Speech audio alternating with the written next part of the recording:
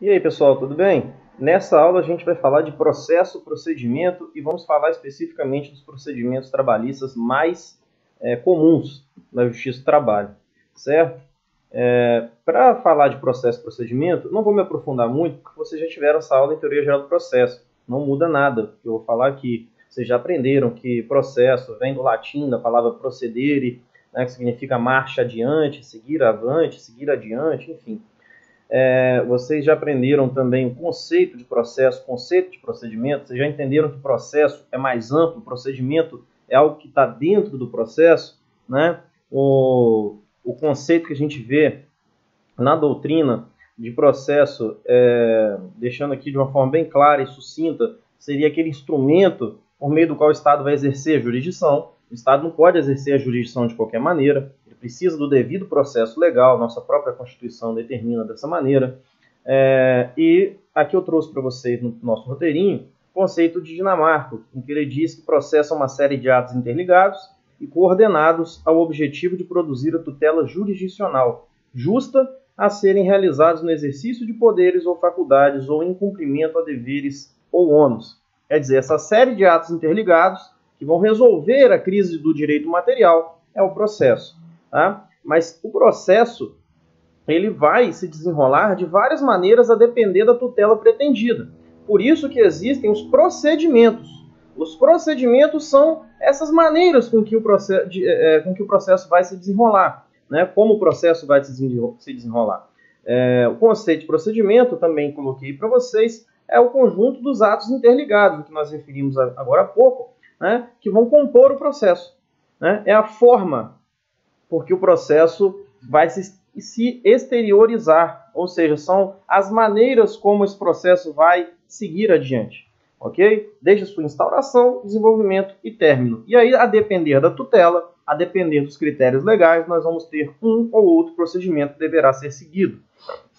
Esse procedimento adequado, inclusive, faz parte da interpretação das condições da ação que nós vimos no vídeo anterior, né? O interesse e adequação. A adequação a gente vai analisar de acordo com a utilização do procedimento correto, por exemplo. Ok? E quando a gente estuda processo, a gente também estuda os pressupostos processuais. Os pressupostos processuais nada mais são do que os pressupostos que nós temos que atingir para que o processo se desenrole da maneira correta, o devido processo legal que a nossa Constituição traz, né? E esses pressupostos processuais são os procedimentos devidamente realizados, né, para tornar o processo existente e válido, ok? Então, quando a gente fala em pressupostos processuais, no atual Código de Processo Civil, nós nos remetemos ao artigo 485, inciso 4, que diz que o juiz não vai resolver o mérito, ou seja, ele fica impedido de prestar devidamente a jurisdição quando ele verificar a ausência de pressupostos de constituição e de desenvolvimento válido e regular do processo. Constituição seria do campo da existência e desenvolvimento válido e regular do campo da validade. Né? Com relação à existência, nós temos alguns exemplos que vocês já estudaram lá em processo, Teoria Geral do Processo, né? Provavelmente o professor Pedro. E com relação à existência de processo, por exemplo, para o processo ser existente, nós temos que fazer aquela triangulação, né? Nós temos que ter parte, juiz e a outra parte. O juiz ele tem que ter o pressuposto da investidura, né? O Estado juiz, a pessoa para exercer a função de Estado juiz, ela tem que estar investida no cargo de juiz, né? Precisa de estar ali com um concurso, se for no primeiro grau de jurisdição, ou às vezes pode ser também um representante do Ministério Público ou da advocacia, se nós estivermos falando em segundo grau, ou em tribunais superiores, mas ele deve estar devidamente investido. Se nós tivermos, por exemplo, uma sentença assinada por um juiz leigo, uma sentença assinada por um delegado, essa sentença simplesmente não existe, certo? Então, é um vício de existência do processo. Para que o processo exista, nós temos que ter, por exemplo, a inicial, a petição inicial, assinada por um advogado. No caso da Justiça do Trabalho, a gente já sabe que não precisa ter o advogado, necessariamente. Então, assinada pelo menos pelo reclamante, né? O juiz não pode instaurar um processo de ofício, ele vai esbarrar no princípio da inércia, que nós já estudamos. Precisa ter a citação válida e regular, porque se a gente não cumprir essa triangulação, se a gente não cumprir o objetivo de incluir aí o réu no processo, nós vamos ter um problema, salvo raras exceções, como improcedência eliminado pedido, que a gente viu que o novo CPC trouxe, mas, via de regra, o processo realmente, para existir, ele tem que seguir esses pressupostos de existência, né? A demanda tem que ser regularmente formulada, ela tem que ser regularmente desenvolvida, beleza? Ela tem que conter partes, causa de pedido, e tem que preencher todas as demais formalidades da lei, ok? Com relação ao campo da validade, vocês também estudaram lá no processo civil, em teoria geral do processo. Para o processo ser válido, o juiz tem que ser competente, né? No caso, não o juiz, né? O juiz sempre se presume competente. O juízo tem que ser competente. Se nós tivermos um julgado proferido por um juízo incompetente, nós vamos ter um processo nulo. Inclusive, se essa incompetência for realmente revelada, nós vamos poder até mesmo ser objeto de ação rescisória. Esse processo vai poder, né, ser objeto de ação rescisória no futuro. Então, a competência material é algo extremamente importante, né? Competência material, competência de foro, as competências absolutas como um todo, elas são extremamente importantes para que o processo se desenvolva de maneira válida. Ao mesmo tempo, nós temos que ter, aí sim, não o juízo, né? O juiz, ele tem que ser imparcial. Nós não podemos ter um julgamento proferido por um juiz que seja impedido na forma da lei, né? O impedimento do juiz, ele torna o processo nulo. Inclusive, também, esse processo, nessa coisa julgada, pode ser objeto de ação rescisória. No caso, o juiz também não pode ser suspeito caso, obviamente, isso seja alegado. A suspeição, a gente sabe que, se não for alegado no momento correto, ela acaba sendo prorrogada e o vício fica sanado automaticamente. Mas o juiz, se for suspeito e essa suspeição for realmente impugnada, for aventada aí pela parte interessada, nós vamos ter também que esse julgado proferido por esse juiz suspeito também vai ser um julgado que se tornará nulo, né? É um processo que se torna aí anulável caso haja a reclamação da parte interessada. Temos que ter aqui a observância da capacidade das partes, né? E aí volto a mencionar com vocês aquilo que nós já mencionamos em aulas anteriores. A capacidade de ser parte, né? Que é aquela capacidade de ter direitos, possuir direitos, capacidade processual, que é a capacidade de estar em juízo, o absolutamente incapaz, o relativamente incapaz, eles têm que ser representados e assistidos, né? Cada caso da sua maneira, da forma que a lei determina. Entes despersonalizados ou entes personalizados também devem estar regularmente constituídos em juízo na forma da lei, senão nós teremos aí também um processo inválido, né? Um processo nulo. No nosso caso aqui nem precisa de advogado, a questão da capacidade postulatória, a gente pode até mesmo iniciar o processo e seguir até o seu final, sendo o final aí interpretado pelo TST, como nós já comentamos, até a segunda instância, sem advogado, a partir daí com o advogado, dependendo do procedimento que seja escolhido, né, dependendo da ação que seja ajuizada, tem que ter advogado desde o início, como é o caso do mandado de segurança, tudo isso nós já vimos em aulas anteriores, né? E ainda temos que ter também a inexistência de fatos distintivos da relação jurídica processual. Ou seja, a gente não pode ter presentes ali na relação processual os pressupostos negativos, como perempção, que na justiça trabalha diferente do processo civil, mais para frente nós vamos comentar sobre perempção trabalhista. Convenção de arbitragem, a gente sabe que a arbitragem não é muito a regra, né, dos processos de trabalho, porém há casos em que a arbitragem é possível no direito do trabalho. Nesses casos, a convenção de arbitragem ela impede o desenvolvimento regular do processo. Litispendência, coisa julgada, todos aqueles pressupostos que vocês já estudaram em teoria geral do processo e até mesmo em processo civil, certo?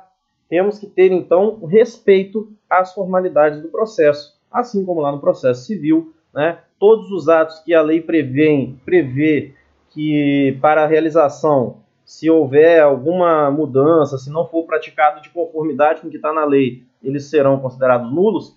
Então a gente tem que realmente praticar esses atos exatamente no estrito cumprimento da lei, senão nós teremos vícios aí de validade, ok? E aí e se esse vício de validade não for possível ser sanado, nós vamos acabar tendo o triste fim do processo julgado sem resolução seu mérito. Beleza? Agora, ultrapassados esses pressupostos, aí sim nós teremos a possibilidade de julgamento de mérito, que é exatamente a ideia de todo o direito processual, que é resolver a crise de direito material que levou à instauração do processo.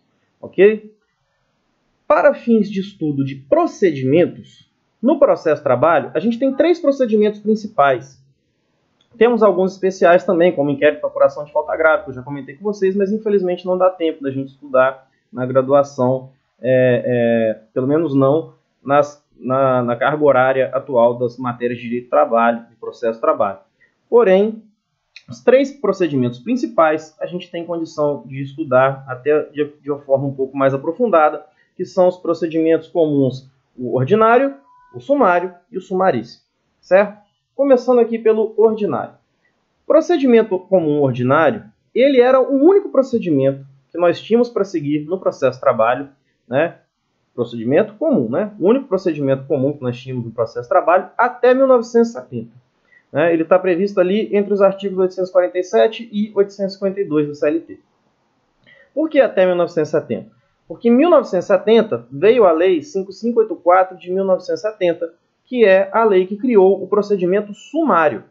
Tá? Mais à frente, nós tivemos a criação também do procedimento sumaríssimo. Mas até 70 nós só tínhamos apenas o procedimento comum ordinário como procedimento comum na CLT. Ok? E para falar um pouquinho desse ordinário, desse procedimento ordinário, nós temos aqui a ideia, né, que eu vou passar para vocês agora, mas que vale para os 3 tipos de procedimento comum que nós comentamos, tanto para o ordinário, quanto para o sumário, quanto para o sumaríssimo. A diferença entre eles vai ser mais nos detalhes, mas o que eu vou comentar com vocês agora é algo que vai se repetir em todos os 3, tá? Todo processo trabalhista, ele começa com a petição inicial.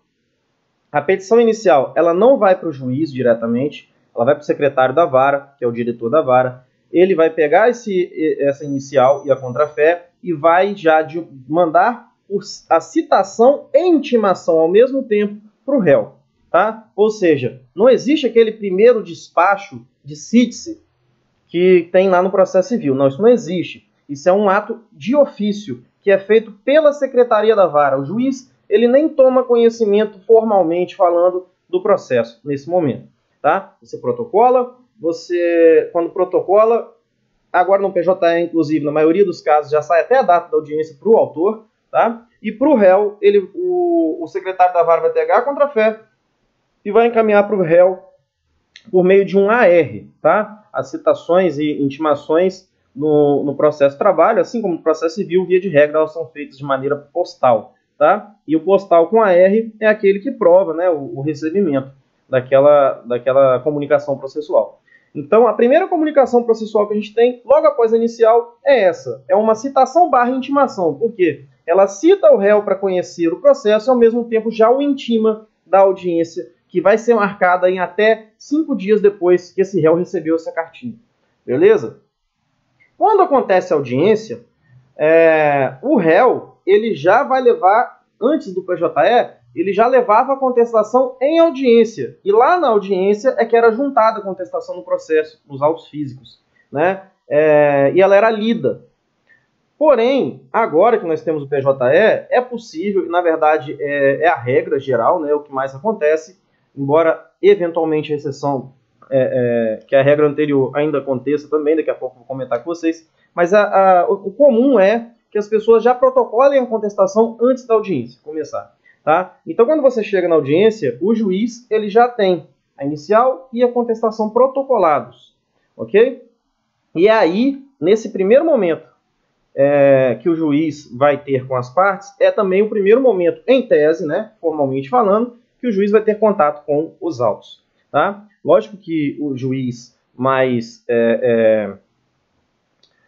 responsável, o juiz mais, vamos dizer assim, mais cuidadoso, ele vai ter contato com esses autos antes da audiência, até para ele já saber do que se trata quando ele começar a audiência. Mas, formalmente falando, ele vai ter contato com os autos pela primeira vez, na audiência. Osório, se tiver pedido liminar. Não, se tiver pedido liminar, aí já é exceção, né? Se tiver pedido liminar, antes mesmo da citação, esse pedido é resolvido pelo juiz. Mas, via de regra, se nós estivermos falando de um processo que não tenha pedido liminar, nós vamos ter que o juiz vai encontrar esse processo apenas na audiência, formalmente falando. Tá? Então, nesse momento da audiência, pela lei, a ideia da lei é que essa audiência acontecesse de maneira una, ou seja, sem divisão alguma. Tá? Que ali já tivesse proposta de conciliação, leitura de contestação, eventualmente manifestação sobre a contestação em documentos, né, preliminares levantados em contestação, em documentos apresentados pela contestação, e daí já entrar na instrução, terminou a instrução, já tenta a conciliação de novo, né, aliás, faz razões finais, depois das razões finais tenta a conciliação de novo e já vai para julgamento. E o julgamento em audiência. Pela CLT, tanto faz o procedimento, seja ele o comum, ordinário, sumaríssimo ou sumário, a ideia da CLT é que funcionasse assim. Começou a audiência, já termina a audiência com uma sentença.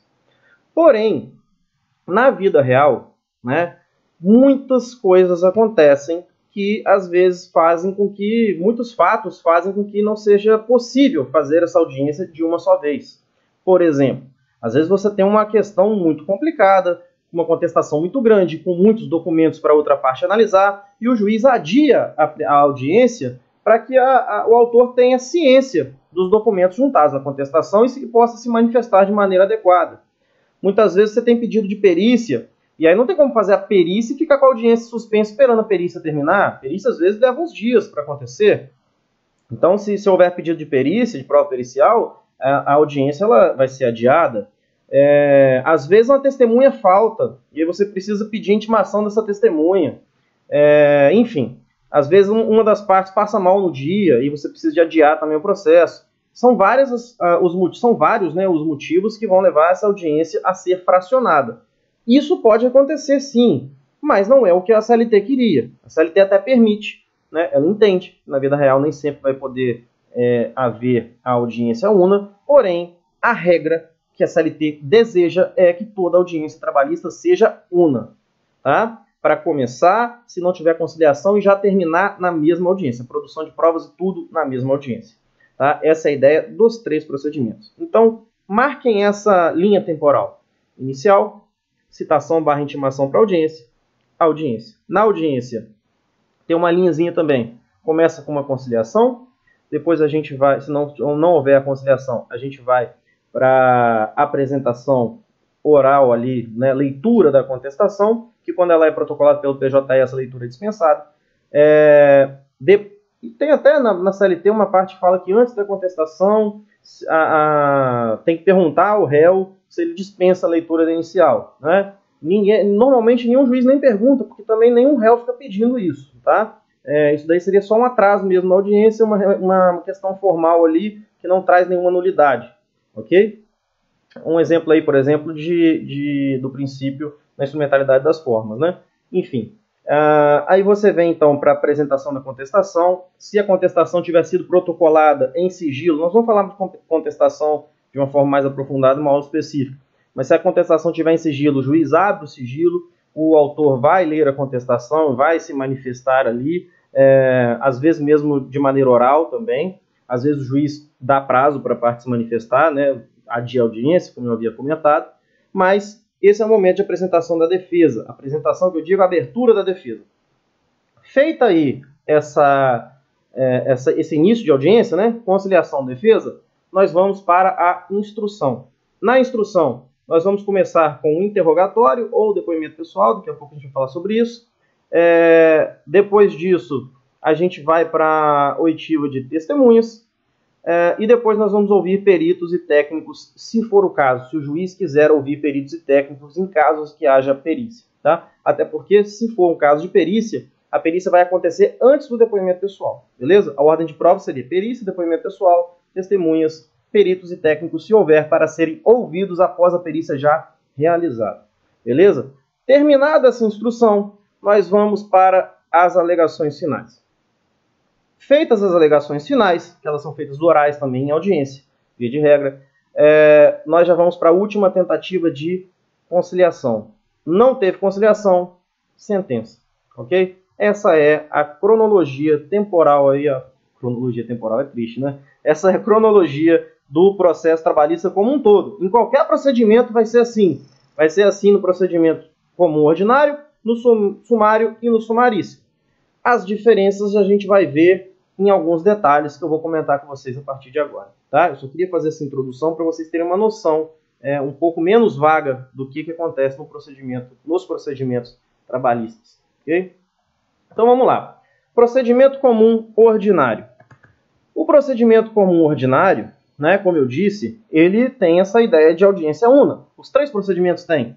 E aí eu trouxe para vocês como exemplo os artigos 843, 845, 849 e 850 da CLT. Esse 843 traz para a gente: na audiência de julgamento deverão estar presentes o reclamante e o reclamado, independente do comparecimento dos representantes, salvo nos casos de reclamatórias plurimas ou ações de cumprimento, quando os empregados poderão se fazer representar pelo sindicato. O reclamante, então vejam, na audiência de julgamento deverão estar presentes o reclamante e o reclamado, né? Então ele já fala da primeira audiência como se ela já fosse de julgamento, porque realmente para a CLT é uma audiência só, beleza? O artigo 845 diz: o reclamante e o reclamado comparecerão à audiência acompanhados das testemunhas, apresentando nessa ocasião as demais provas. Quer dizer, na primeira audiência que eles comparecem, eles já levam todas as provas e vão apresentar essas provas. Por quê? Porque a ideia da CLT é que essas provas sejam realizadas na mesma audiência que começa e que termina o processo. É uma audiência só, né? O artigo 849 traz: a audiência de julgamento será contínua.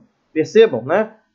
Não é para ficar separando, mas aí ele continua. Mas, se não for possível, por motivo de força maior, concluí-la no mesmo dia, o juiz, aí esquece esse negócio de presidente, né? Que isso é da época dos classistas, marcará a sua continuação para a primeira desimpedida, independentemente de nova notificação. Então percebam, né? Aqui que eu falei para vocês, a própria CLT reconhece que na vida real, muitas vezes, a gente não vai conseguir fazer com que essa audiência seja una. Então, se for algum motivo, e ela chama um motivo de força maior, mas qualquer um daqueles motivos que eu já comentei é um motivo válido, e o juiz vai poder sim adiar a audiência, né?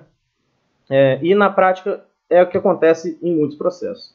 Então, o artigo 850 traz para a gente: terminada a instrução, poderão as partes aduzir razões finais em prazo não excedente de 10 minutos para cada uma.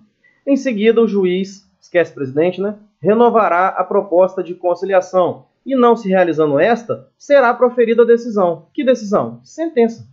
Certo? Então perceba como a sistemática do processo trabalhista, desses artigos 843, 845, 849 e 850, ela é uma sistemática que, quando a gente lê em conjunto, a gente percebe que ela funciona toda para que o processo termine em uma audiência só. Ok? Porém, na prática, o comum é que essa audiência seja dividida e que ela aconteça em 3 fases. Tá? A primeira a gente tem o costume de chamar de audiência inaugural ou audiência de conciliação. Beleza? Inaugural porque é a primeira, né? Ou de conciliação porque é o momento também da primeira tentativa de conciliação. E aqui a gente pode olhar o artigo 846, em que ele comenta sobre essa primeira tentativa. Aberta a audiência, o juiz, esquece presidente, né, proporá a conciliação. Então, independentemente se já tiver resposta ou não, se tiver contestação juntada ou não, a primeira coisa que o juiz faz é tentar a conciliação. Beleza? E aí o parágrafo 1º diz: se houver acordo, vai ser lavrado um termo de acordo, assinado pelo juiz, esquece o negócio de presidente, e pelos litigantes, né, consignando-se o prazo e demais condições do seu cumprimento. Essa questão da assinatura, pessoal, as partes hoje em dia elas nem assinam mais, só o juiz que dá a assinatura dele digital. Tá? Antigamente, quando o processo era físico, as partes assinavam também. Mas hoje as partes nem precisam assinar mais. Se a conciliação acontecer em audiência, a assinatura digital do juiz já supre. Ok? Mas, se tiver acordo, terminou o processo. Vai lavrar o termo de acordo ali, acabou o processo.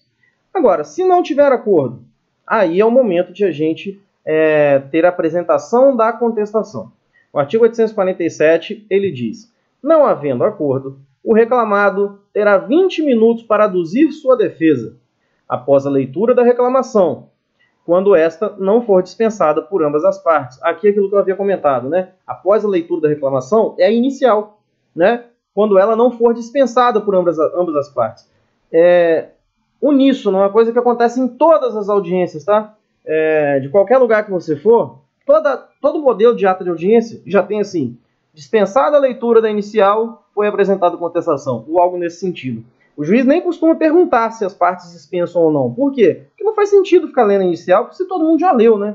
É muito raro ter uma leitura de inicial, só quando é aquele caso assim, que a pessoa arruma um advogado em cima da hora, a questão é muito complexa, o juiz dá a ela a oportunidade de ter um advogado, e pega um advogado ali na sala de audiência e pergunta se ele pode assumir o caso, e o cara assume. Isso é uma coisa muito incomum, tá? Mas pode até ser. Agora, via de regra, essa leitura não acontece mesmo não. Isso daí já fica na ata e ninguém fica lendo inicial não, tá? Osório, e esse negócio de apresentação de contestação oral em 20 minutos? Bom, isso acontecia quando a pessoa não tinha contestação escrita, né? Quando o processo era físico, a pessoa chegava na audiência com a contestação escrita e com os documentos ali na mão. E aí juntava na audiência. Não protocolava na secretaria, não. Ela levava na audiência e protocolava e ali mesmo era juntado. Mas agora que o processo é eletrônico, a gente tem esse parágrafo único do artigo 847. A parte poderá apresentar defesa escrita pelo sistema de processo judicial eletrônico até a audiência, né? Então você pode protocolar antes da audiência. Aí você vai me dizer, Osório, mas se eu protocolar a contestação antes da audiência, eu vou dar chance pro autor se armar, ler minha contestação antes e chegar preparadinho para a audiência. Não é ruim isso, não? Bom, estrategicamente, é ruim sim. É por isso que tem a opção de você protocolar a contestação em sigilo. Daí, o autor só vai saber o conteúdo da sua contestação em audiência. Nesse momento, o juiz abre o sigilo e aí sim o autor vai ler sua contestação, certo?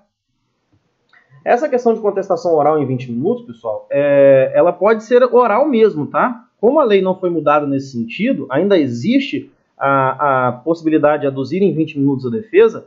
Se a pessoa te procurou em cima da hora, ela acabou de encontrar você e falou, eu tenho audiência em 5 minutos aqui, você tá aqui a inicial, você lê ali, você pode fazer realmente a contestação oral, tá? Você explica a situação para o juiz e fala assim, doutor, procurou aqui agora, eu vim aqui para ajudar, porque eu estava sozinho, a pessoa estava sozinha, então eu vou fazer a contestação oral. Aí o que acontece? O juiz ele vai ter duas saídas, ele pode gravar você falando as suas razões de contestação, ou então o próprio secretário da audiência vai, enquanto você fala, ele digita, beleza? Você vai poder fazer isso em 20 minutos. Não é muito comum, né? Vocês já devem ter percebido. O comum é protocolar antes mesmo por meio do sistema PJE, do processo eletrônico. Bom, Osório, beleza. Tem réplica? Tem prazo para réplica? Bom, no procedimento comum ordinário não existe previsão para réplica, tá? Réplica é aquela manifestação sobre a contestação em documentos, né? Não existe essa previsão no procedimento comum ordinário. Existe essa previsão no procedimento comum sumaríssimo. No ordinário não existe. Porém, na Constituição existe uma coisa que a gente já aprendeu chamada direito ao contraditório. Então, muitos juízes, embora não haja essa previsão na lei, muitos juízes, para preservar o contraditório, né, para dar uma amplitude no contraditório, eles acabam dando prazo, principalmente quando o caso é muito complexo, né, eles dão prazo para a parte se manifestar sobre a contestação de documentos. É uma das formas como essa audiência costuma ser adiada, inclusive, né? E aí, o prazo que ele dá é o prazo que ele entender necessário. Ele não tem que dar o prazo do CPC, não, tá? Muita gente acha que tem que ser 15 dias. Não, se for complexo para 5 dias, ele entender que 5 dias está bom, ele dá 5 dias. Se ele achar que em 3 dias está bom, ele dá 3 dias. É o prazo que ele entender que é um prazo razoável, beleza? Se ele achar que tem que ser 30 dias para a réplica, ele dá 30 dias. Ele dá o prazo que ele entender correto, tá? Que ele entender adequado. Inclusive, ele nem é obrigado a dar, né? Ele nem é obrigado a dar, por lei, né? Ele nem é obrigado a dar esse espaço para réplica, mas ele pode sim e vai estabelecer o prazo na forma que ele achar adequado, beleza? Bom, então esse é o momento que a gente apresenta a contestação e aí, a depender do juiz, nós vamos ter possibilidade de réplica ou não. Muitas vezes ele dá até oportunidade de réplica oral na própria audiência, principalmente quando a contestação não é muito complicada, né? Quando tem poucas matérias de preliminar, enfim, às vezes acontece, beleza? Mas aí, como eu disse, seja porque ele deu um prazo para a pessoa fazer, sei lá, 5 dias, uma réplica, seja porque uma testemunha faltou, seja porque precisa produzir prova pericial, não sei, mas por algum motivo, na maioria das vezes, a audiência tem que ser adiada. Então, a nossa audiência inaugural, ela termina por aqui, né? Na apresentação de contestação. Por quê? Porque a partir daqui nós vamos ter a fase de instrução. E é nessa fase de instrução que na maioria das vezes as audiências têm que ser adiadas. Beleza? Daí, nós vamos para a segunda audiência que na prática a gente vê acontecer, que é essa audiência chamada de audiência em prosseguimento, ou audiência de instrução. Tá? Nessa audiência de instrução, que também é chamada de audiência em prosseguimento, por que em prosseguimento? Porque é em prosseguimento da anterior, que deveria ser uma só. Né? Se as partes já tiverem prestado depoimento, as partes nem precisam mais comparecer nessa audiência. Tá? Agora, normalmente, como eu disse, é após a contestação que o processo é adiado, então nenhuma prova é produzida. Daí, a instrução ainda não começou, então, nessa audiência em prosseguimento, as partes elas acabam tendo que comparecer para justamente prestar depoimento. Tá? Inclusive, como eu falei para vocês, a primeira prova que se produz, né, depois da inicial da contestação, é a perícia, se for realmente caso de perícia. Mas, se não tiver perícia, a primeira prova que vai acontecer é a de depoimento pessoal, né? Também chamado de interrogatório. E aí você me pergunta, Osório, é a mesma coisa, interrogatório, depoimento pessoal? Bom, alguns doutrinadores dizem que é a mesma coisa, né? Outros fazem uma distinção. Na minha forma de ver, existe uma distinção, até porque nós temos 2 artigos na CLT que falam sobre esses 2 tipos de prova. O interrogatório, ele é a pedido do juiz. É o juiz que quer ouvir as partes, né? Não é a pedido de uma outra parte. Então, o juiz ele quer ouvir o autor, o juiz ele quer ouvir o réu, e esse interrogatório está previsto no artigo 848. Terminada a defesa, seguir-se-á a instrução do processo, podendo o presidente nesse caso é o juiz, né? De ofício ou a requerimento de qualquer juiz temporário, esquece esse requerimento de juiz temporário, né? Esse juiz temporário era o classista. Então, de ofício, interrogar os litigantes. Quer dizer, não é um pedido das partes, o juiz de ofício vai interrogar. Né? E aí, fim do interrogatório, poderá qualquer dos litigantes retirar-se e prosseguir na instrução com o seu representante. Quer dizer, as partes podem até ir embora, deixar só o advogado ali, porque elas estão nessa audiência para depoimento pessoal. Tá? Bom, de qualquer maneira, se o juiz não quiser proceder ao interrogatório, as partes têm a oportunidade nesse momento, né? Se o juiz fala assim, se ele fala assim, vocês têm provas a produzir? Se ele não pediu interrogatório de cara, ele vai perguntar se as partes têm provas a produzir. E aí se você quiser ouvir a outra parte, né, você vai pedir o depoimento pessoal. Então, basicamente, a diferença entre o depoimento pessoal e a interrogatório é quem pede, né? O interrogatório, normalmente, ele é feito pelo juiz, de ofício. Já o depoimento pessoal é pedido pela parte, com a intenção de levar a outra parte, a parte contrária, à prova de confissão. Ok? Então, o artigo 820 da CLT diz: as partes e testemunhas serão inquiridas pelo juiz, podendo ser reinquiridas por seu intermédio, a requerimento dos vogais eram os classistas, esquece isso, das partes, seus representantes ou advogados. Então, percebam, as partes podem pedir depoimentos pessoais umas das outras. Beleza? De qualquer maneira, essa é a primeira prova a ser produzida após perícia ou se não houver perícia, ok? Depois que há o depoimento pessoal ou o interrogatório, nós vamos ter a oitiva de testemunhas. E aqui vem a primeira questão que é diferencial.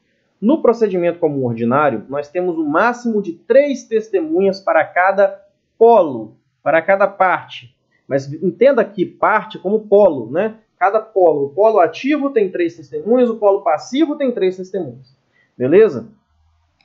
Via de regra, é assim que funciona.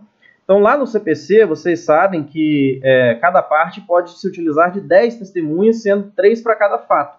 Né? Isso não se aplica aqui no processo de trabalho. Processo de trabalho, procedimento comum ordinário, é de 3 testemunhas para cada parte, não para cada fato.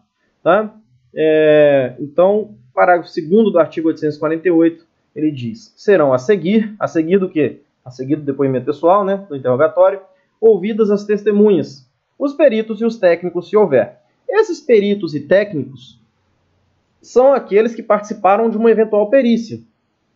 Tá? Então, se o juiz, mesmo com uma perícia pronta, todo mundo já impugnou, se manifestou da perícia, os peritos já responderam, os técnicos ali contratados pelas partes já deram sua opinião, se ainda assim o juiz ainda está com uma dúvida, o juiz ele pode pedir ao perito ou ao técnico de uma das partes que compareça à audiência para ser ouvida. Eu, particularmente, nunca vi isso acontecer. Tá? Tem bastante tempo já que eu atuo na Justiça do Trabalho e nunca vi isso acontecer. Conversando com um amigo meu, ele me contou, um amigo meu que é juiz, ele me contou que uma vez ele pediu para ouvir um perito, que era um caso muito complexo, e ele precisava ouvir o perito. Só o escrito estava deixando ele um pouco confuso. Então, eu sei que existe porque esse amigo me contou, mas eu nunca vi isso acontecer, tá? Mas é possível sim que aconteça. Até para poder sanar a eventual dúvida do juiz em relação à matéria probatória ali da prova pericial. Mas, via de regra, é depoimento das partes e depoimento das testemunhas. Terminadas as testemunhas, normalmente, né, você já vai encerrar a instrução e já vai para a parte de razões finais. Beleza? Razões finais, de acordo com o artigo 850 da CLT, nós já lemos lá em cima, elas são apresentadas de maneira oral, em 10 minutos, via de regra. Tá? Por quê? Porque a ideia é que a audiência toda termine de maneira una, né? Então a gente já vai para as razões finais. Muitas vezes aqui eu já volto a dizer para vocês, as razões finais aqui, pessoal, o momento de você falar sobre as provas produzidas, né? É o momento de você exteriorizar o contraditório sobre as provas produzidas. Porque na inicial você se manifestou sobre o caso e juntou seus documentos. Na contestação foi manifestado sobre a inicial e documentos da inicial. Eventualmente tem uma réplica que você manifesta sobre contestação e documentos, né? E aí vem a instrução. Depois da instrução, ninguém mais vai falar sobre nenhuma prova. O momento de falar dessas provas é a razão final, são as razões finais. Tá? Então as razões finais, se não tiver tido réplica, é o momento de você fazer sua réplica. Né? É o momento de você falar das provas produzidas. Beleza?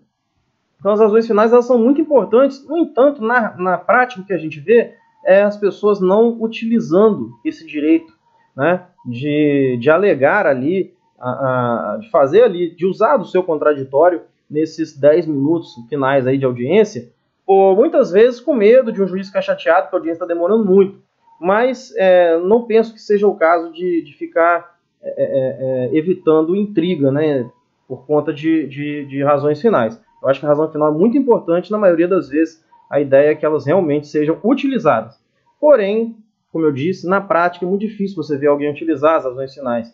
E aí a gente tem muitos modelos de audiência em que já tem ali razões finais remissivas, né, significando que você fez as suas razões finais apenas reiterando tudo que foi falado anteriormente. Né? Isso daí consta na ata, por quê? Porque as razões finais têm que estar na ata, ainda que sejam remissivas. Né? E aí, ultrapassado esse momento das razões finais, o juiz vai tentar novamente a conciliação. Se a conciliação novamente não acontecer, aí ele vai proferir sentença. É nesse momento que a gente tem mais uma vez uma quebra da audiência. Por quê? Porque o juiz, imagina aquela audiência que você ouviu umas 6 testemunhas, 3 de cada lado. Você já vai proferir sentença de cabeça quente? Essa sentença, a chance dela sair com algum erro, com algum detalhe faltando é muito grande. Então o juiz, às vezes, ele não se sente confortável de dar a sentença ali imediatamente.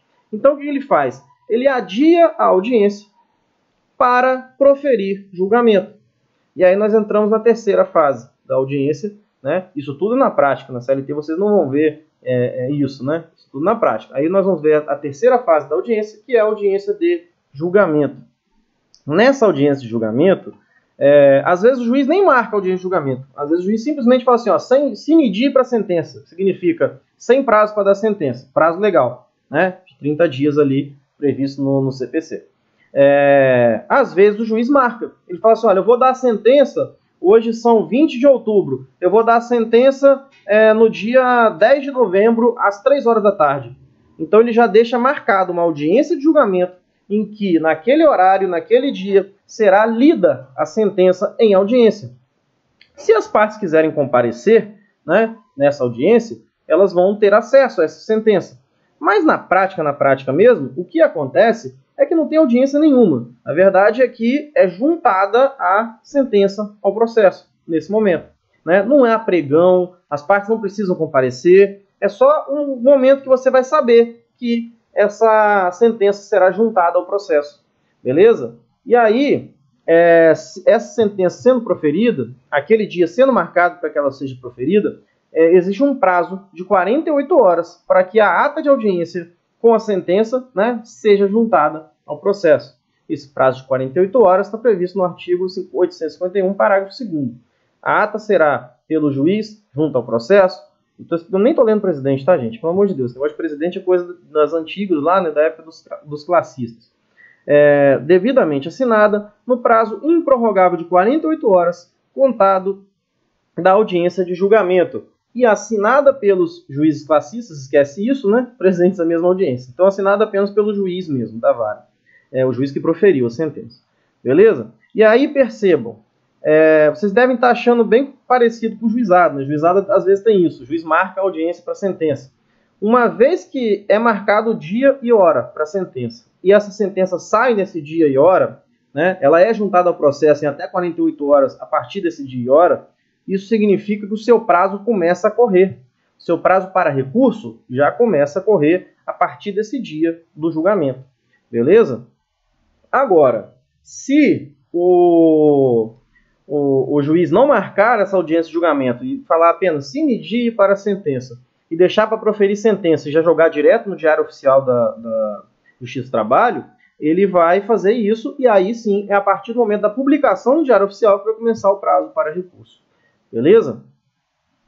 Detalhe, curiosidade aí para vocês, tá? E esse detalhe que eu vou falar agora vale para todos os 3 procedimentos comuns, o ordinário, o sumário e o sumaríssimo, tá? No caso do processo civil, quando nós temos uma parte revel, o que a gente tem de efeitos? O mais famoso, que vocês conhecem, todo mundo já deve ter pensado aí, é a confissão. O outro efeito que o pessoal esquece é que não é necessário mais a intimação da parte revel, né? Ou seja, uma vez que a parte é revel, você não precisa mais ficar intimando ela dos atos do processo. A não ser que ela compareça no processo e peça. No processo de trabalho não é assim que funciona, né? A revelia ela vai trazer a confissão também, porém não vai trazer esse outro efeito, o efeito de não intimação mais. Inclusive, na sentença, toda vez que for proferida sentença, ainda que o réu for revel, ele tem que ser intimado. Osório, ele foi revel, ele recebeu a citação devidamente, mas faltou audiência, né? Na sentença, vai mandar uma publicação para ele? Vai. Na verdade, ele vai receber uma carta postal, tá? Do mesmo jeito que ele recebeu a carta postal para ser citado e intimado, ele também será intimado da sentença. Osório, o réu, na verdade, é revel e foi intimado por edital. Ótimo, então a sentença também tem que ser publicada por edital para intimação desse réu revel. Tá? O que não pode é deixar passar em branco. Se o réu não for intimado da sentença, essa sentença para ele não vai produzir efeitos. Beleza? E aí, se por exemplo ele não é intimado da sentença, mesmo sendo revel, e lá na execução você penhora os valores na conta dele, ele pode entrar com uma defesa dizendo que ele não foi intimado da sentença e que ele quer o prazo para recurso de novo, né? E anular toda a execução. Isso é possível. Tá? Então, diferente lá do processo civil, ainda que o réu seja revel, ele deve ser, sim, notificado. O artigo 852 é claro ao dizer: da decisão serão os litigantes notificados, pessoalmente ou por seu representante, na própria audiência. Por isso que eu falei, né? Se houver audiência de julgamento, na própria audiência você já é considerado intimado. No caso de revelia, a notificação far-se-á pela forma estabelecida no parágrafo 1º do artigo 841. Eu coloquei esse artigo aí para vocês, que nada mais é do que a notificação postal com franquia, famoso AR. Beleza?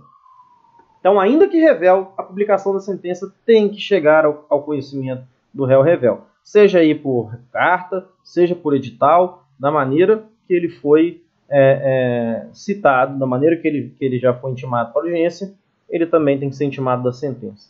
Beleza? Com isso, a gente finaliza aqui o nosso procedimento comum ordinário. Vamos agora falar do procedimento comum sumário. Bom, galera, o procedimento comum sumário, ele basicamente acontece da mesma forma que o ordinário, tá? Ele foi criado em 1970 por meio da Lei 5.584, que eu já havia comentado com vocês, né? E ele vai acontecer nas causas de até 2 salários mínimos, tá? Então, quando o valor do pedido, no total, juntando todos os pedidos do inicial, forem iguais ou inferiores a 2 salários mínimos, o procedimento automaticamente será o sumário. Tá? O artigo 2º da Lei 5.584 de 70, os parágrafos 3º e 4º trazem para a gente. O parágrafo 3º. Quando o valor fixado para a causa na forma deste artigo não exceder 2 vezes o salário mínimo vigente na sede do juízo, será dispensável o resumo dos depoimentos, devendo constar da ata a conclusão da junta quanto à matéria de fato. Essa aqui é uma questão que acontece no procedimento sumário, que a gente vai falar um pouco melhor disso na aula de provas. Tá? E sentença também. Enfim, então percebam, 2 salários mínimos, até 2 salários mínimos nós vamos ter o procedimento sumário. O parágrafo 4º diz: salvo se versarem sobre matéria constitucional, nenhum recurso caberá das sentenças proferidas nos dissídios de alçada, que é o outro nome que se dá para o procedimento comum sumário, tá? A que se refere o parágrafo anterior, considerado para esse fim o valor do salário mínimo à data do ajuizamento da ação. Então, galera, percebam uma coisa. Se você estiver no procedimento comum sumário, não cabe nenhum recurso. Da sentença, não vai caber recurso para o Tribunal Regional do Trabalho. O único recurso cabível nesse caso de procedimento comum sumário é recurso direto para o STF, recurso extraordinário. Percebam, salvo se versarem sobre matéria constitucional, nenhum recurso caberá das sentenças proferidas. Então, o procedimento comum sumário ele tem essa característica toda especial que ele simplesmente não tem duplo grau de jurisdição. Por conta disso, houve, durante um tempo, uma discussão sobre a constitucionalidade desse procedimento. Vejam que a lei é de 70, a Constituição de 88. E o princípio do duplo grau a gente extrai da Constituição, da sistemática da Constituição. Além disso, a Constituição também veda que o salário mínimo seja indexador, lá no artigo 7º, inciso 4.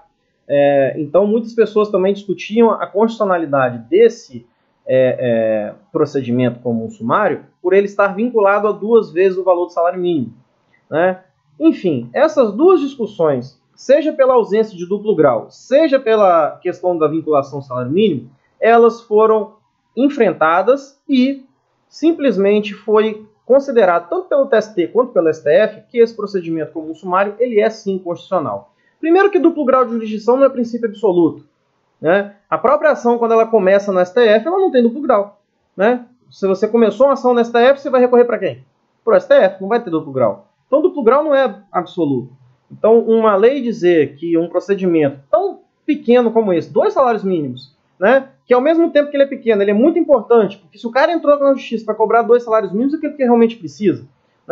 Então, não tem sentido você ficar colocando vários recursos para esse tipo de procedimento. Então, assim, o próprio STF julgou já essa matéria de constitucionalidade com relação ao duplo grau e afastou. Com relação à vinculação do salário mínimo, na verdade, aqui o salário mínimo ele é um mero parâmetro, ele não vincula. Tanto é que aqui só diz o seguinte: se o valor da causa for igual ou menor do que 2 salários mínimos, o procedimento é esse. Não quer dizer que tem um índice que você vai ter que ficar corrigindo e tudo mais. Não existe isso. Então, o próprio TST, na súmula 356, ele julgou aqui constitucional como um todo o procedimento sumário e ele é assim aplicado. O procedimento comum sumário ele é assim aplicado.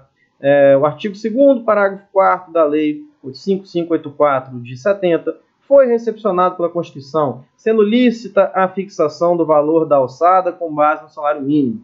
Então, essa é a súmula 356 do TST. Beleza?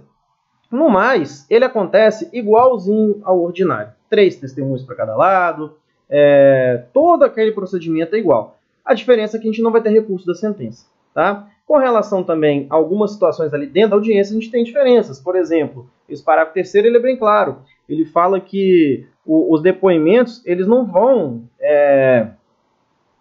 ser digitados, reduzidos a termo na sua integralidade.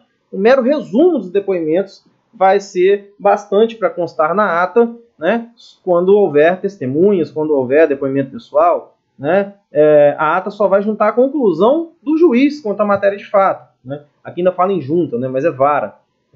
Enfim, do juízo. Conclusão do juízo quanto à matéria de fato. Então, são alguns detalhezinhos que na prática mesmo não vão fazer diferença nenhuma, porque hoje em dia os depoimentos, via de regra, eles são gravados. Então, não vai ter resumo, vai ter a gravação.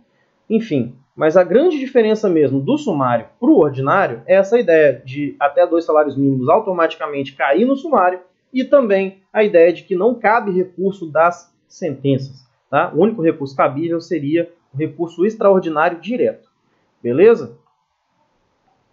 Bom, o próximo procedimento é o procedimento comum sumaríssimo. Esse já tem mais detalhes, né, de diferença em relação ao ordinário. Tá? Começando pelo seguinte ponto. O procedimento comum sumaríssimo, quando ele foi criado depois da Lei de 70. E na criação desse procedimento comum sumaríssimo, né, que incluiu os artigos 852 letrinhas na CLT, né, que são os 852A, B, C, AG, H, todos esses 852 aí com letrinha que foram incluídos na CLT, essa lei que incluiu o procedimento comum sumaríssimo, ela diz que serão do procedimento comum sumaríssimo todas as causas de até 40 salários mínimos. E aí você pensa assim, bom, até 2 é o sumário, até 40 é o sumaríssimo. O sumaríssimo revogou o sumário? Porque até 2 também está dentro do conjunto de até 40, né? Então, não, tá? O procedimento sumário, ele continua válido. Então, inclusive aquela súmula que a gente acabou de comentar, a súmula 356, ela ainda não foi revogada, ela está em plena vigência. Então, como que a gente vai fazer a divisão? A divisão é a seguinte, até 2 salários mínimos, o procedimento utilizado será o sumário. De 2 salários mínimos e 1 centavo até 40 salários mínimos, o procedimento utilizado será o sumaríssimo. De 40 salários mínimos e 1 centavo em diante, o procedimento comum que nós vamos utilizar será o ordinário. É basicamente assim que ficou a divisão. O que manda para a gente saber qual é o procedimento é o valor da causa, o valor dos pedidos. Ok? Agora, se uma das partes do processo for pessoa jurídica de direito público, aí não interessa qual o valor, tá, da causa, será procedimento comum ordinário. O artigo 852A ele é bem claro. Os dissídios individuais, e vejam, né, apenas dissídios individuais também, dissídios coletivos não. Os dissídios individuais, cujo valor não exceda a 40 vezes o salário mínimo vigente na data do juizamento da reclamação, ficam submetidos ao procedimento sumaríssimo. Parágrafo único. Estão excluídos do procedimento sumaríssimo as demandas em que é parte a administração pública direta, autárquica e fundacional. Então, se houver, seja no polo ativo ou passivo, União, autarquias e fundações da União, estados, autarquias e fundações dos estados, Distrito Federal, autarquia ou fundação do Distrito Federal, municípios, autarquia ou fundação desses municípios, nós jamais teremos procedimento sumaríssimo. O procedimento será ordinário, beleza? Então, fora esses casos das pessoas de direito público, nós temos, então, aquela regra. Até 2 salários mínimos, sumário. De 2 a 40, sumaríssimo. Acima de 40, ordinário. Valor da causa, ok? Bom, dito isso, volto a dizer para vocês, como eu havia falado já, as audiências nos 3 procedimentos, a ideia da CLT é que elas sejam unas, beleza? E aí, o artigo 852H, parágrafo 1º, traz a mesma disposição que a gente viu lá no ordinário. Se não for possível, a gente vai fracionar, né? Vejam o artigo 852H. Todas as provas serão produzidas na audiência de instrução e julgamento, ainda que não requeridas previamente. Parágrafo 1º. Sobre os documentos apresentados por uma das partes, manifestar-se-á imediatamente a parte contrária, sem interrupção da audiência, salvo absoluta impossibilidade a critério do juiz. Né? E aí, essa absoluta impossibilidade vai gerar o fracionamento da audiência, que na prática muitas vezes acontece. Tá? Um detalhe nesse artigo 852H. Diferente do que eu falei no procedimento ordinário, que eu disse não há na CLT previsão para réplica, nesse artigo 852H, parágrafo 1º, nós temos previsão para réplica específica. Tá? No sumaríssimo a gente tem réplica sim, e essa réplica é oral no prazo que o juiz der.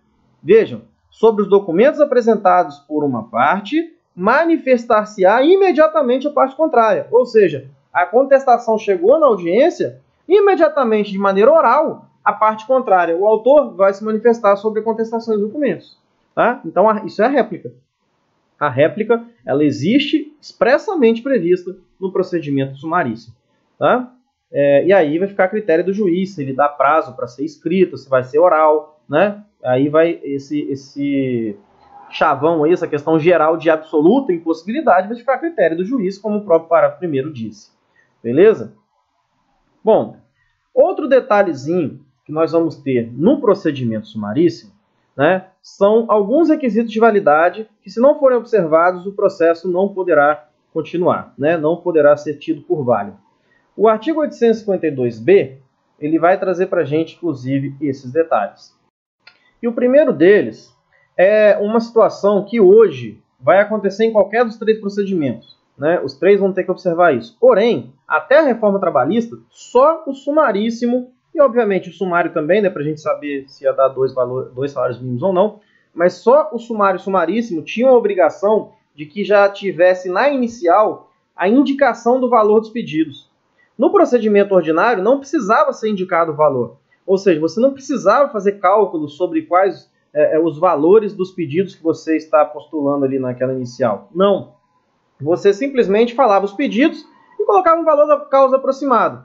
Hoje em dia, né, tanto o ordinário quanto o sumaríssimo como o sumário precisam ter a indicação desse valor. Tá? Mas, como eu disse, essa obrigação de isso constar nos três procedimentos veio apenas com a reforma trabalhista.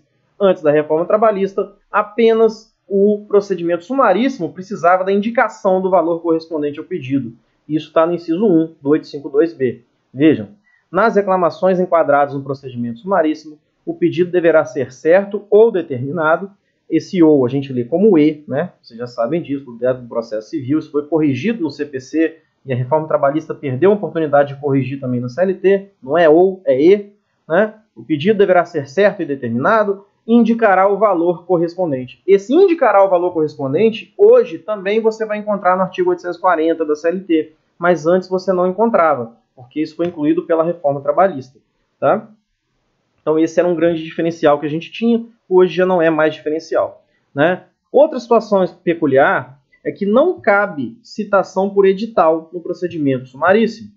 Né? O inciso 2 diz, não se fará citação por edital, incumbindo ao autor a correta indicação do nome e endereço do reclamado.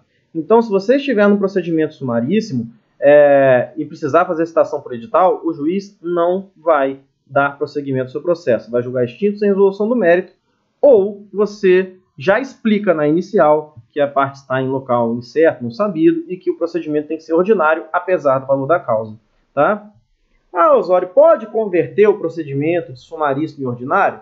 Pode. Se não houver prejuízo para as partes, pode. Tá? Existe uma jurisprudência hoje firme do TST nesse sentido. Até comento com vocês aí, deixei registrado no roteiro de vocês. Tá? 3. A apreciação da reclamação deverá ocorrer no prazo máximo de 15 dias do seu ajuizamento. Essa é uma regra que a gente não tem no ordinário. Porque a ideia do sumaríssimo, como são até 40 salários mínimos, são causas com valor menor e que, portanto, a essas causas é dado um pouco mais a intenção que se dê um pouco mais de celeridade, tá, gente? Então, a gente tem esse prazo de, no máximo, 15 dias do ajuizamento para que a reclamação seja apreciada. Ou seja, em tese, o procedimento sumaríssimo, até a sentença, ele deveria durar 15 dias. Né? Então, teria que ter a citação, realização da audiência e sentença em 15 dias. Uma vez que você protocola a sua inicial. A gente sabe que pela estrutura do judiciário trabalhista brasileiro hoje, isso não é possível na maioria das vezes, mas a ideia da lei é que isso sempre que for possível aconteça. Tá? Podendo constar de pauta especial, se necessário, de acordo com o movimento judiciário da vara do trabalho. Essa junta de conciliação e julgamento já não existe mais. Né? Parágrafo 1º. O não atendimento pelo reclamante do disposto nos incisos 1 e 2, né? Ou seja, pedido certo, determinado, com valor correspondente e endereço do réu correto, importará o arquivamento da reclamação e a condenação ao pagamento de custas sobre o valor da causa. Né? Óbvio que essas custas ficam suspensas, a exigência de pagamento dessas custas ficará suspensa caso seja beneficiário da justiça gratuita ao autor. Tá? Parágrafo 2º. As partes advogados comunicarão ao juízo as mudanças de endereço ocorridas no curso do processo. reputando-se eficazes as intimações enviadas ao local anteriormente indicado na ausência de comunicação. Esse parágrafo segundo ele é muito importante. O próprio CPC tem um dispositivo parecido. Uma vez que você comparece ao processo e você foi comunicado no endereço X, esse endereço, para o juiz, é o seu endereço e ponto. Se você mudar de lugar, se você sair desse endereço, é sua obrigação informar para o juiz. Porque você foi citado na rua X do bairro tal. Aí você muda para a rua Y do bairro Q. Quer dizer, o juiz não vai adivinhar isso. Então, se a citação, se a intimação, se a notificação for para o endereço antigo e você não tiver avisado o juiz que mudou, essa intimação, essa notificação, essa citação vai ser considerada válida. Tá? E aí, você, se perdeu o prazo, perdeu. Não adianta depois reclamar e falar, mas eu tinha mudado de lugar. Não interessa, é obrigação sua manter o juiz atualizado. Se você não tiver feito essa manutenção aí, né, essa atualização do juiz, vai presumir que a intimação foi corretamente realizada. A comunicação processual, como um todo, vai ser tida como corretamente realizada. Tá? Bom, outra situação aqui específica, interessante também do procedimento sumaríssimo, que no ordinário também acaba acontecendo, mas aqui no sumaríssimo com muito mais força, é que todos os incidentes, tudo o que acontecer, vai ser dirimido na própria audiência, para que não seja necessário, sempre que puder, a ideia é que o juiz não faça com que essa audiência seja fracionada. Tá? O artigo 852G diz: serão decididos de plano todos os incidentes e exceções que possam interferir no prosseguimento da audiência e do processo. As demais questões serão decididas na sentença. Então, assim, se tiver uma exceção de suspeição, algo nesse sentido, já resolve tudo ali na audiência logo, para acabar logo da sentença. Qualquer coisa que você quiser discutir, você já discute em recurso. É para o processo andar logo mesmo. Tá? Bom, como eu havia falado para vocês, sobre a réplica, o prazo fica a critério do juiz. Né? Ela existe. No procedimento sumaríssimo, ela existe. No ordinário, não tem previsão. No sumaríssimo, ela existe. Mas o prazo não existe, né? Vai ficar a critério do juiz. E aqui nós temos um detalhe. As testemunhas, que a gente tinha visto lá no procedimento ordinário, elas não são 3 para cada parte. No sumaríssimo, a ideia é que seja mais rápido, né? Então, são no máximo 2 para cada parte. Né? O artigo 852H, ele diz: todas as provas serão produzidas na audiência, instrução e julgamento, ainda que não requeridas previamente. Sobre os documentos apresentados por uma das partes, manifestar-se-á imediatamente a parte contrária. É aquilo que eu havia falado sobre a réplica com vocês. Parágrafo 2º. As testemunhas, até o máximo de 2 para cada parte, comparecerão à audiência de instrução e julgamento, independente de intimação. Ou seja, aqui nós temos uma situação diferente, né, do procedimento ordinário. Aqui as testemunhas serão 2 para cada parte, e não 3 para cada parte. Tá? E um detalhe também, que eu vou comentar melhor com vocês quando a gente for falar da produção probatória, né, a gente vai ter uma aula só para falar de provas, é que as testemunhas elas não são intimadas previamente para comparecer em juízo, via de regra. Elas são levadas independentemente de intimação pelas partes. Não existe rol de testemunha no processo de trabalho. Né? A regra é que você leve e a testemunha se apresente ali, na audiência. Se tiver que contraditar, vai contraditar ali na hora. Tá? Acontece que, se você precisar que a testemunha seja intimada, você tem que fazer uma petição e pedir ao juiz que faça essa intimação. Tá? Aí você vai perguntar: Osório, eu posso me utilizar daquela intimação que é realizada pelo advogado lá do CPC? Pode, você pode fazer a intimação por meio de advogado. Mas se você fizer e ainda assim a testemunha não comparecer, o juiz ele vai adiar a audiência para poder fazer a intimação por meio dele mesmo, né, juiz. Agora, no procedimento ordinário, sempre que a parte pedir, o juiz, né, óbvio, se o juiz perceber que o caso é necessário que a testemunha seja intimada e tudo mais, o juiz ele tem que intimar, e aí a audiência vai ser adiada. Então, muitas vezes, as partes chegam lá no procedimento como ordinário, na audiência, e aí a parte que quer enrolar o processo, ela já chega sem testemunho de propósito. Porque ela sabe que se ela fala assim: juiz, eu tenho testemunho, mas o fulano não veio, eu preciso que seja intimado. Né? O juiz ele vai ficar de mãos atadas. O artigo 820 que a gente viu da CLT, ele tem previsão que o juiz ele é obrigado a intimar no procedimento ordinário. Agora, no procedimento sumaríssimo, para dificultar um pouco isso, foi criado esse parágrafo 3º aqui no artigo 852-H, que diz assim: só será deferida a intimação de testemunha que, comprovadamente convidada, deixar de comparecer. Ou seja, você tem que, no mínimo, comprovar para o juiz que você fez um convite para essa testemunha. Para ele, aí sim, você convidou, ela não foi, o juiz vai intimar. Como é que eu comprovo, Osório? O WhatsApp, fica azulzinho, você mostra que ela viu, né? Ou um e-mail. O e-mail tem alguns e-mails que você consegue programar para quando a pessoa lê, você recebe um e-mail de volta, né, dizendo que fulano leu o seu e-mail. Carta registrada com a R, telegrama, que telegrama, eu sei que muita gente nem sabe como é que funciona, mas o telegrama é uma excelente forma de comunicação, porque ele quando a pessoa recebe, você recebe um negativo de tudo que estava escrito no telegrama, né, com a assinatura da pessoa dizendo que ela recebeu aquele conteúdo. Então tem várias formas de você provar esse convite. A questão é, você tem que comprovar o convite, beleza?